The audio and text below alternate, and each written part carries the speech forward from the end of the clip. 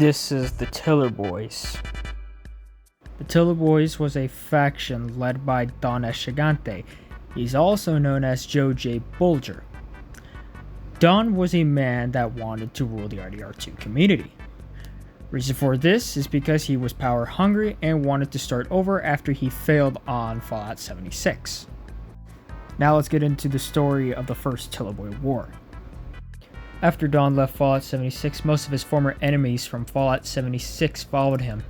Don wasn't too happy about that and worried his former enemies were out to destroy him, so at any chance he could strike, he would. On December 28, 2018, the Republic of Minutemen declares war on the Kingdom of New England. Don saw an opportunity to get on good relations with most of his former enemies, so he joins the war on the Minutemen's side. On December 30th, the war ends. Don wasn't happy the war ended on a white peace, so he attempts to lie and trick both sides to go back to fighting, but this backfires. Due to the Irish mob led by Martin, he sent a spy into the Tiller Boys and they figured out Don's attempts to restart the war. When Don was confronted about it, he denies it. Then, Don and his men are attacked and harassed by Minutemen, Irish, and New England forces. Don knew he messed up and he was mad about the attack, so he and his men went quiet for some time. The Tiller Boys, while everything was quiet, started to build up its military and economy. At the same time, the Irish mob and Republican Minutemen form a defensive coalition in the case the Tiller Boys attacked. On January 9th, the Irish mob guarantees an old member of Don's, his name was Ozai. He and his group feared they would be attacked by the Tiller Boys, so they wanted to be guaranteed by the Irish mob in the case they were attacked. The same day, the Irish mob received information from a spy in which Don wanted to attack Ozai. The Irish mob immediately warns the Tiller Boys if they attack, it will mean war. So Don leaves Red Dead and the whole war never happens. Except no. Instead, on January 11th, this happened. Soon after Ozai's assassination, the Republic of Minutemen and Irish mob declare war on the Tiller Boys. The first Tiller Boy War has begun. The first battle happened in the Dakota River near Fort Wallace, where the coalition launched a surprise attack on the Tiller Boys.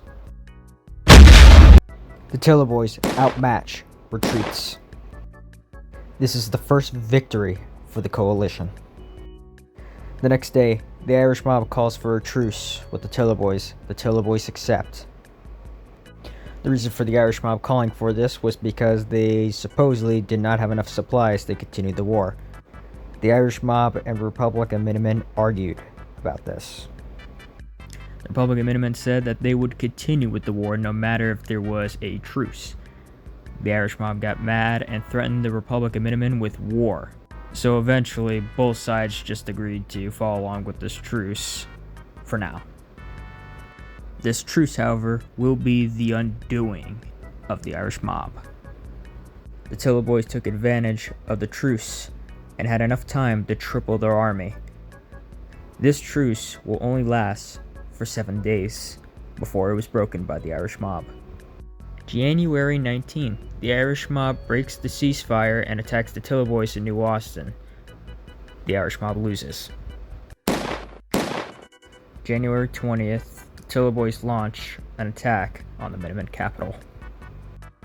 The Minutemen do their best to defend their capital, but they were overran by the Tiller Boy Armada.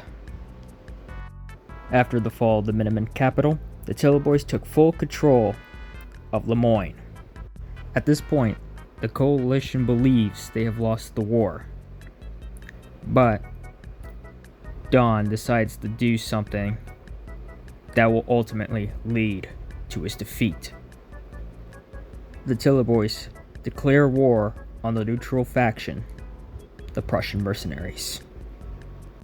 January 21st. The Tiller Boy invasion went pretty well, until they met the Prussian army head-on in the Heartlands.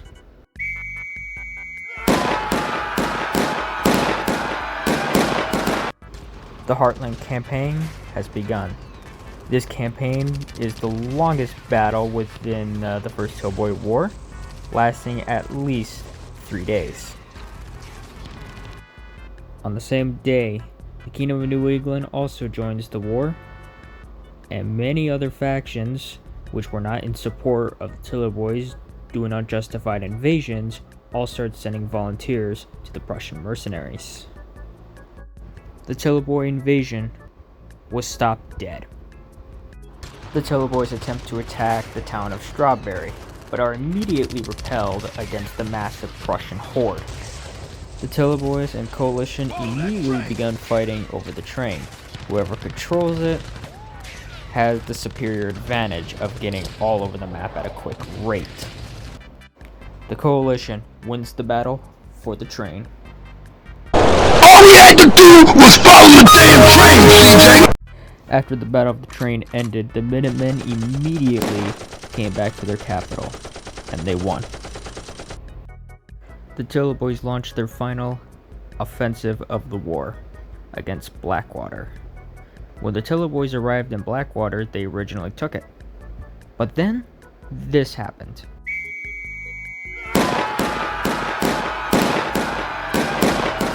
After losing the Battle of Blackwater, the Tillerboy morale began collapsing on itself. Dawn was hoping that the war would eventually turn around, but instead, it kept getting worse as time went on. Day 2 of the Heartland Campaign. Nothing changed when it came down to the front lines. It was still a stalemate. Although the only interesting thing that happened on this day was a cougar attacked everyone that was on the battlefield.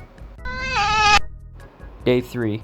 The Coalition manages to push the Tillerboys back to Lemoyne. At this point, the campaign for the Heartlands is over. After the Heartlands campaign ended, the war basically just turned into nothing more than just guerrilla warfare between both sides. Only in Lemoyne though. On January 29th, a Tillerboy commander by the name of Kyle starts a civil war within the Tillerboys, which may have been influenced by the Irish mob. On January 30th, Kyle takes full control of the Tillerboys because most of the members decided to follow him. When Kyle had all this control, he decided to sign a treaty with the Coalition. And that is how the First Tillerboy War ends. What did the war accomplish? A lot, actually. The Tillerboys were thrown into a massive civil war. The Irish mob collapses due to weak government and a failing economy. The Minutemen didn't gain any territory, but they did make a new enemy. Oh, and every faction that fought in the war is in debt now. But at least the Red Dead map is now at peace. For now.